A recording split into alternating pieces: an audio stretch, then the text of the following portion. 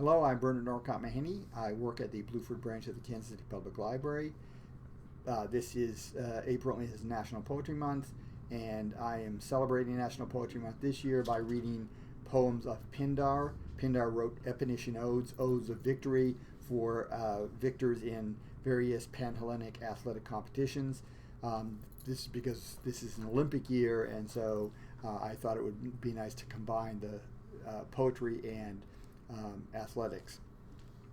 The poem we're going to look at today, Pythian number 8, was written in 446 BCE for Aristomenes of Aigina for his victory in wrestling. This is the last poem that we have of Pindar's. He may have written other poems, but those haven't survived. So of the epinician odes, this temporally is the last one. Pindar would have been somewhere like in his 70s when he composed this particular poem. Things that are going on in 446 BCE. Aigina, which is an island off the coast of Attica and is under Athenian control, is trying to break free of that control. So there are sort of conservatives on the island who, find themselves more allied with Sparta, or at least against Athens, and they're trying to break free. Pindar seems to be sympathetic to that. He himself was aristocratic.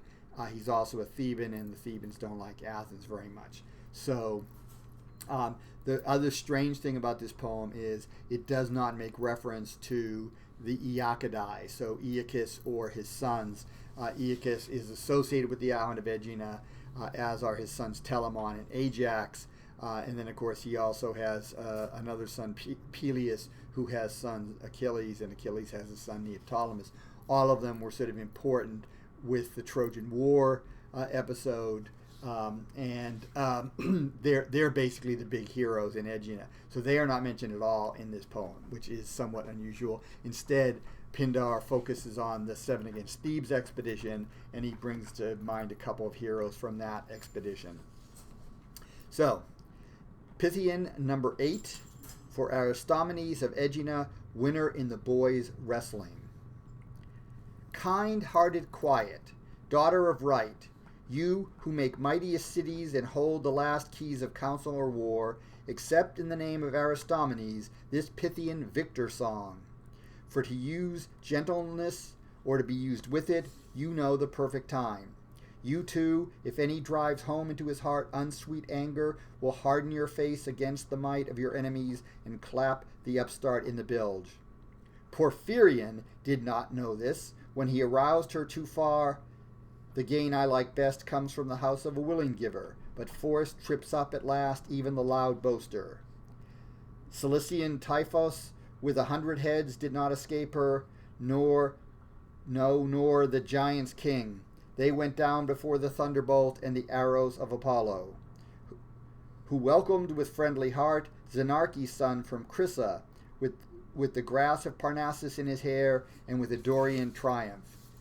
The Graces are never far from their island city of righteousness, for she has at her side the great and famous Aeacide. Her renown is perfect from the beginning. In many victorious contests, her poets say, the heroes from her breast stood first, and in the rush of battles. She is bright with mortal sons also. I cannot stop to strike up a song with harp and liquid voice of the whole long tale, lest galling surfeit come. But this, which runs at my feet, which you, boy, have earned, let it fly, the newest of her honors, on the wings of my skill. In wrestling matches, you go in the steps of your mother's brothers.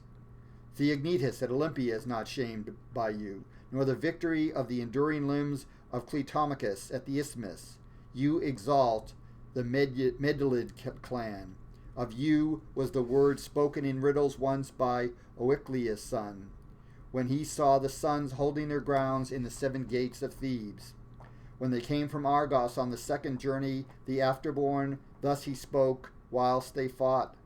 Blood makes this noble temper shine from their fathers in the sons. I see him clearly, plying the coiled snake on his fiery shield, Alcman, the first in the gates of Cadmus.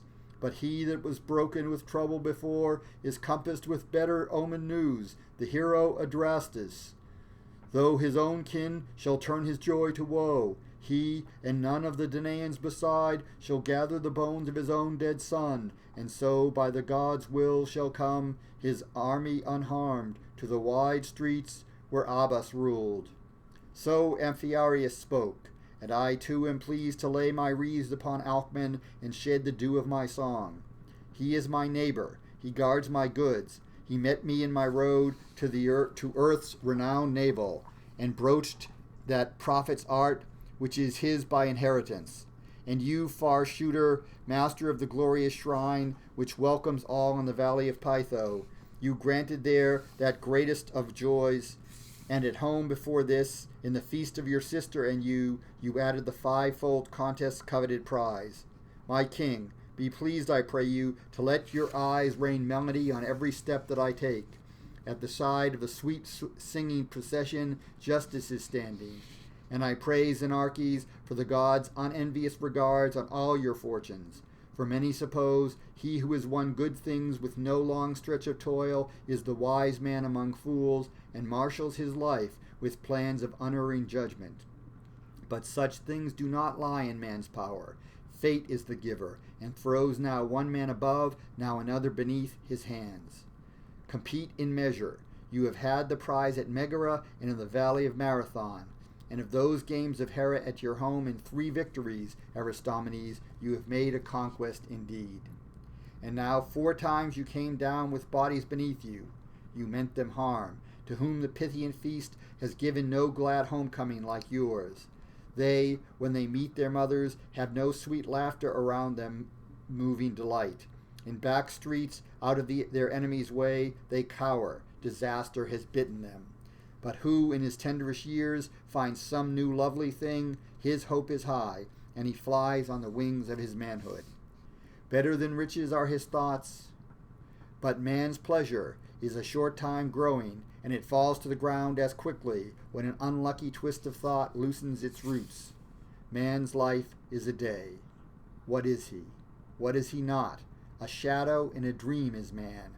But when God shines a brightness, shining life is on earth, and life is sweet as honey. Aegina, dear mother, keep this city in her voyage of freedom, you with Zeus and Lord Aeacus, Peleus and noble Telamon, and Achilles. So that was the poem for Aristomenes of Aigina for his victory in the boys' wrestling. It is Pindar's last surviving ode, and he revisits the theme that we saw in one of the earlier poems, that human life is ephemeral, it doesn't last very long, but if everything is just right, as it is when you win a victory in an athletic competition, then the lights are shining on you, and it is this glorious moment that makes you like a god. So we will continue with the Pythian Odes tomorrow.